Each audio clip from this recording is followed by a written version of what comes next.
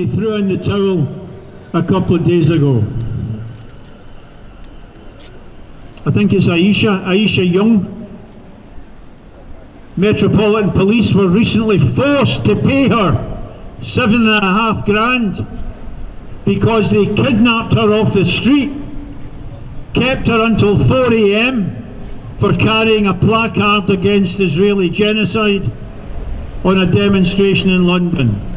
I think the placard said Israeli apartheid. What a country! She missed the O in the word country, to express her loathing and contempt for what Israel was doing. So every time we chant what a country, we can remember Aisha Young. So look guys, the tide is turning. The tide is turning. I also won a case in October in Glasgow Sheriff Court where they tried again to get a conviction for anti-Semitism, and the sheriff chucked it out, decisively disregarded the Zionist nonsense and the police lies about what happened inside Barclays here, where we protested against Israeli extermination of Palestinians. A lying police officer invented a narrative which the video showed to be untrue, and the sheriff sided with us. An illiterate sheriff last week decided to go with his ayers, and against all the evidence, and actually with no evidence in support, convicted me of anti-Semitism. I take it as a badge of honour. I've never been in a better position to fight back against these calumnies. Never been in a stronger position to fight back and win, and that's what's going to happen. We will mount a campaign, legal and political, and we will win. We'll go international to get supporters to denounce this attempt at denying free speech. By the way, I was just doing a little bit of research, going back through our stuff going back 20 odd years. I can't find the quote, I've sent it to you. But these people who accuse Scottish PSC and myself of anti-Semitism, you have to pinch yourself sometimes. We shut down every Israeli Dead Sea cosmetics store stall. They came back again, unfortunately. They came back, unfortunately, like a radish. We shut them down across Scotland in 2014 after the massacre of Protective Edge. And while the bodies were still warm in Gaza, and the vegetable fridges apparently were filled with very small bodies to preserve against the heat. We protested in Braehead, ended up in court charged with anti-Semitism. And we won. The sheriff threw the charge out. But a Glasgow solicitor called Matthew Berlow appeared as a witness for the prosecution. We hate crooked lawyers. He appeared as a witness for the prosecution to try to prove that we were anti-Semitic. Now, I maintained a private email communication with that character. And 2 weeks later, after he had appeared in court to try to prove I was an anti-Semite, he sent an email to say, Mick, I know that you're not an anti-Semite. I know that you're not anti-Semitic, and that you try on every occasion to oppose it. They don't believe what they're saying. This is public. This is bad faith accusations, and we act in good faith on behalf of Palestinians. Friends,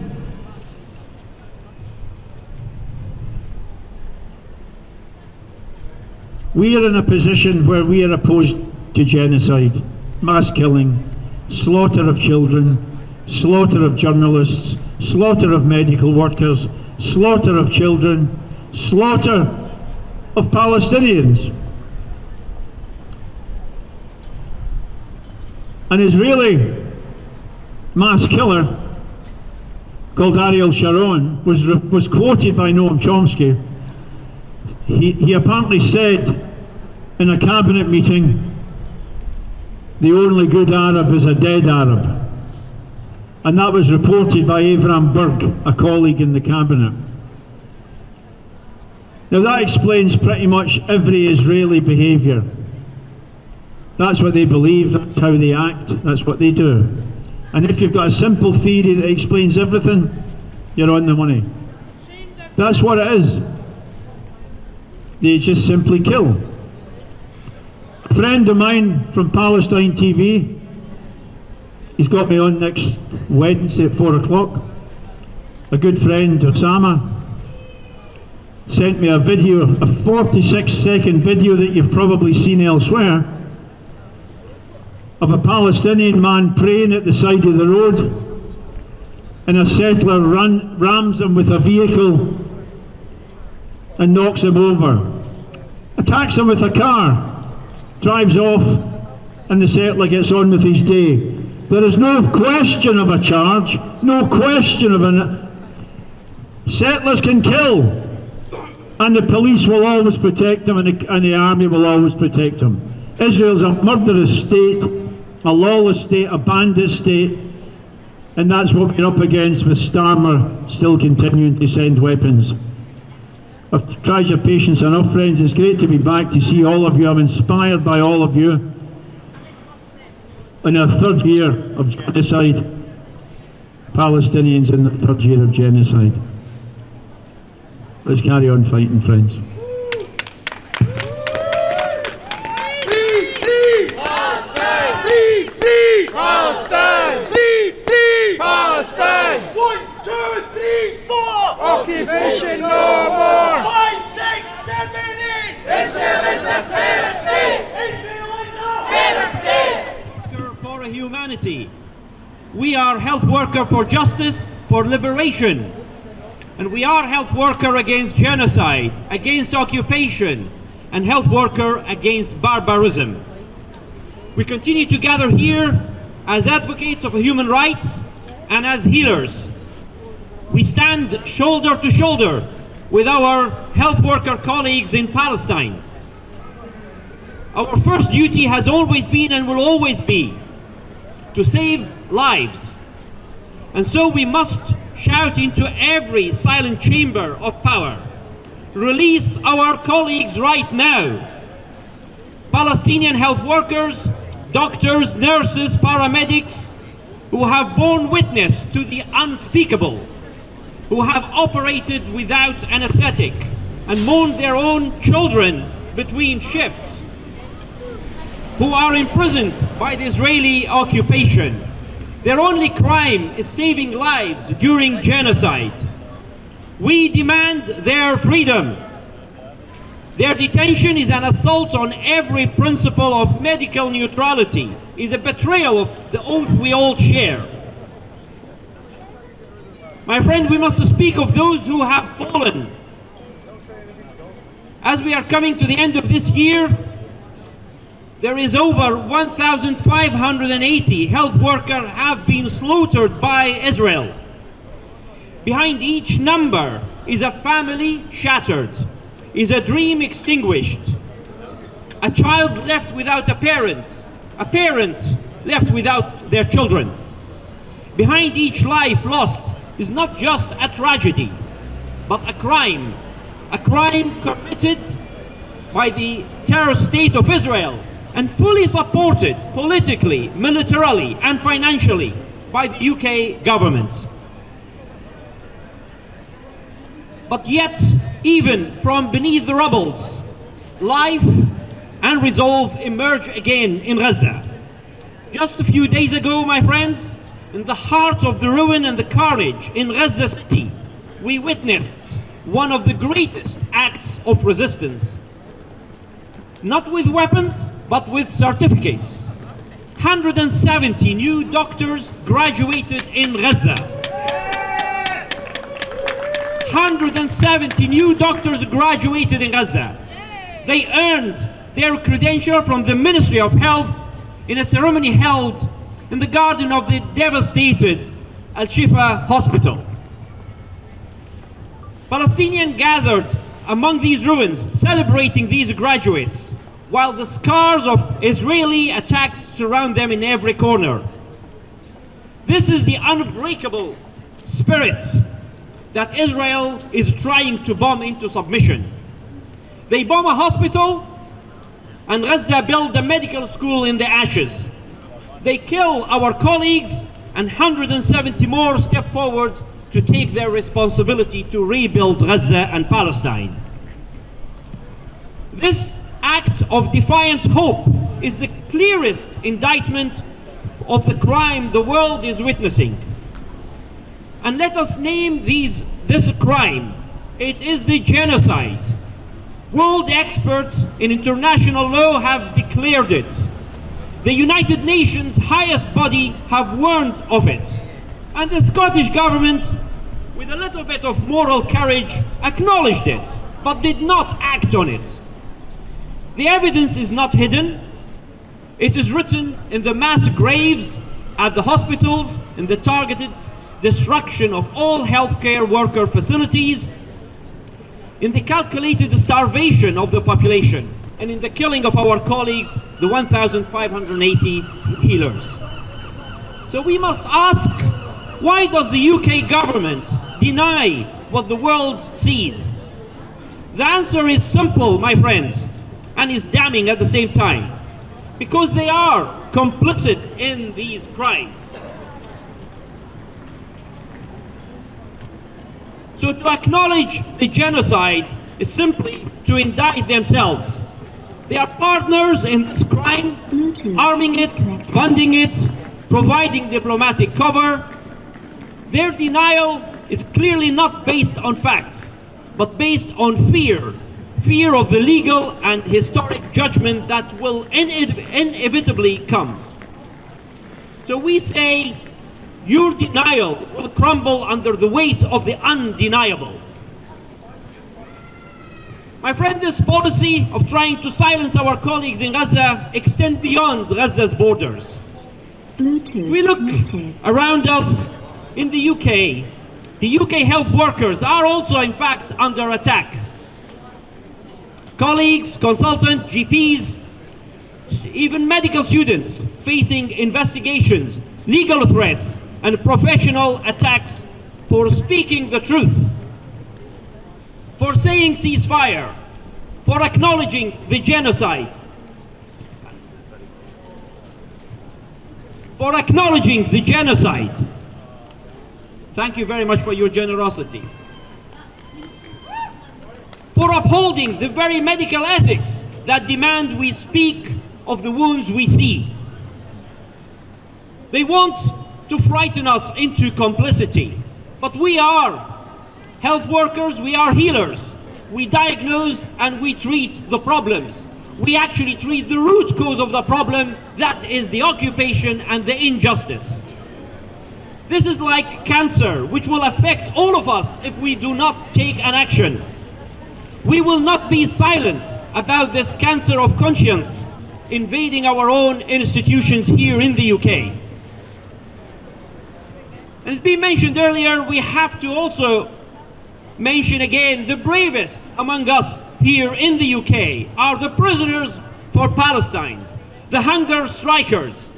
These are the prisoners of conscience, jailed with no charge, not been tried, not been convicted, and their demands are only basic human rights. Shame! Shame! The right to protest injustice. Have they killed anyone? Have they harmed anyone? Clearly no. They are incarcerated for their conscience, for trying to stop the genocide. While at the same time, there are criminals who are allowed to walk on these streets. The ones who have killed 20,000 children with a signature on an armed contract. The ones who provided bombs that shred families. They are protected, and while our government refuses full and meaningful sanctions, it jails the protesters, protects the armed dealers. This is the moral inversion that unfortunately we live under. But the government and its complicit institutions, including our medical and health institutions, are actually scared of what we are doing. So they were on the news recently, some of you might have heard, that Barclays Bank management is asking the Scottish government to suppress our protest and our speech. Shame on Barclays! Shame on Barclay! So think about that, and think about the power that we have. Our solidarity, our voice, our peaceful presence here today is no doubt shaking the boardrooms of the genocide profiteers behind us, and it terrifies them. So I say to the government in Edinburgh and also in London, protest is our human right. It is the heartbeat of democracy that you claim to uphold. We will not stop. We will not let this, we will not be silent, and we will grow louder. We will meet your intimidation with our determination. We are health workers for Palestine. We have seen the x-rays of the broken bones and the scans of the shattered families and futures. We know the anatomy of occupation and the oppression, and we prescribe the only cure, which is unwavering resistance, unbreakable solidarity, and unrelenting demand for justice. Yes! So let us end this year, my friends, with a promise, a declaration that echoes from the river to the sea, from the hospitals of Gaza to the streets of Glasgow. And we say, while they have the weapons, we have the truth. While they have the prisons, we have the people. They have the power of the states, but we have the power of the conscience. And until every prisoner is free, and until every bomb stops falling, until Palestine is free, we will not rest, and we will not be silent. We will not stop fighting. Our solidarity is the strongest medicine we have, and we will use it. Free, free! Palestine! Free, free! Palestine! From the river to the sea, Palestine will be free! my friends, I have just a little note, an announcement. We have here on our stall a new book that has been released. It's a book from Gaza, written by Gaza, written by a friend and a colleague from Gaza. It's called Beneath the Gaza Sky by Shadi Salim. This is Gaza from inside. It's a collection of stories, not statistics. The people that support the Palestinians and their right to liberation and an end to having to wear filthy Zionism in their skin. Their whole life is spent being patrolled, being surveyed, being punished, being fed lies, and not actually half as much as the Zionist children that have grown up in America, who are finding that they need to turn their back on this filthy, deceitful movement. A year ago, the Jewish Voice for Peace organised the largest ever protest of American Jews to end supplying arms to Israel, the arms that Barclays fund. Hey Barclays, how many kids have you killed today? Since 2002, 6 massacres have taken place in Gaza alone. Each one made profits at the arms fairs from the battle-tested arms. The sickness is beyond comprehension. Barclays will always be at the top of the list of investors for arms that kill innocent people, and for fossil fuels. They're number 1 in Europe for investing in fossil fuels. There is no conscience in the capitalist system. From 1937 to 1948, 12 massacres were carried out by the terrorist gangs of the Zionist militia. I find it quite puzzling, actually, the names we've got for groups that we hear in the news this at this point in time. We hear about resistance, we hear about militants, we hear about rebels. There's all sorts of names for people seeking their liberation.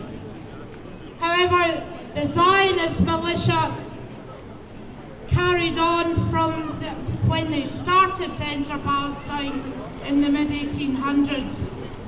Menachem Begin was one of their worst, one of their most vile and one of their hardest, most brutal leaders. From 1977 to 1983, he had been the leader of the Organ terrorist gang. The Organ terrorist gang, which was a revisionist breakaway from the Haganah, and he became the first leader representing Likud, which is what is ruling Israel now, the Likud party, full of messianic lunatics. We can't forget that the Zionists aimed to go to Palestine because they were fleeing from European persecution under the name of anti-Semitism, which is deep, deep racism. He studied in Poland, where he met the most vicious anti-Semitic behaviour, and he dedicated his life to fight against anti-Semitism. A revisionist Zionist led him, Jabotinsky, and like Zionism they've always abhorred the socialist ideology, especially the socialist ideology of Jewish people. At the time of the Second World War, only 2% of German Jews supported Zionism. 2%! However, we do have evidence now that the Zionists collaborated with the Nazis, and there were very, very few socialist Jews left in Europe after the Second World War. From then on, the drip feeding continued about the Holocaust, about the fact that the Holocaust only affected Jewish people. It didn't just affect Jewish people, but Hitler made a beeline for the Jewish people amongst many other communities and subjected them to the most horrific and mechanized death camps. However, what we see in Gaza and throughout Palestine is a calculated cruelty, unparalleled anywhere in this world. The systematic eradication of Gaza has been a planned event. It didn't happen because of October the 7th, 2023, but it was certainly well orchestrated from the minute the break for freedom that Hamas made out of Gaza started. There's evidence and there's footage of the Apache helicopters having caused hundreds of deaths in the kibbutz, all instructed by the Israeli army under, what law is it again? The Hannibal Directive? Hannibal Directive. The Hannibal Directive. I forget all the terminology. It's all set up to confuse us. So the creation and defence of the Jewish state was, in Begin's view, justified by any means. But the people who committed anti-Semitism were not the Palestinians. The people who brutalised the Jewish people in Europe were not the Palestinians.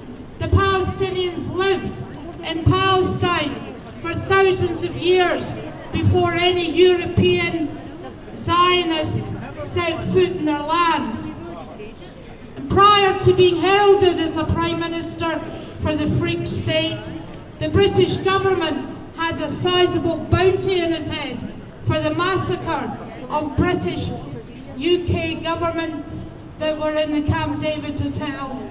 The first time children were used as human shields, the Zionists sent children with bombs in their bags to the Camp David Hotel. And isn't it interesting that at this point we turn full circle? We have another person person put in power in Syria, who was one of the heads of ISIS, and now he's a friend of America. So the tables turn, the butchery continues, and nobody seems to bat a fucking eyelid.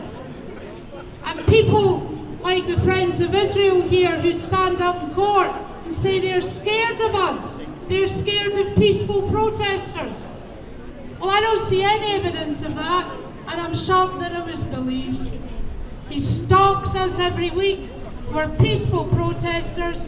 We don't hurt anyone. We don't put phones in anybody's face. We don't stalk people. We're not creepy. We're actually good humans. People of conscience. Free, free! Palestine! Free, free! Palestine!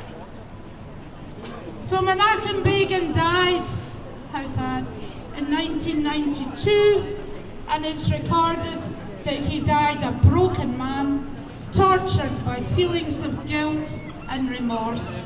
Have we got anything to look forward to, I wonder? The other people that endorse this messianic lunacy that is going on in Palestine. The Zionist movement did not start as a religious movement.